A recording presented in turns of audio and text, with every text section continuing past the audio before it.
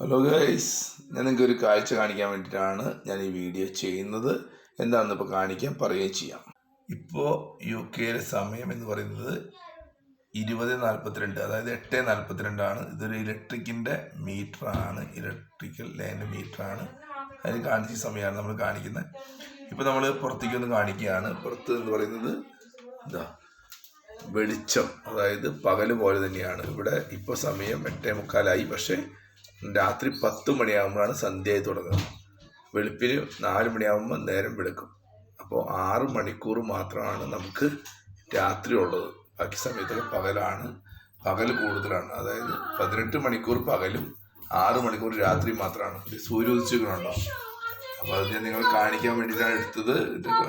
ഇതൊന്ന് നിങ്ങൾക്ക് അറിയാൻ വേണ്ടി. 18 മണിക്കൂർ പകലും 6 മണിക്കൂർ രാത്രിയാണ്. Okay, thank you.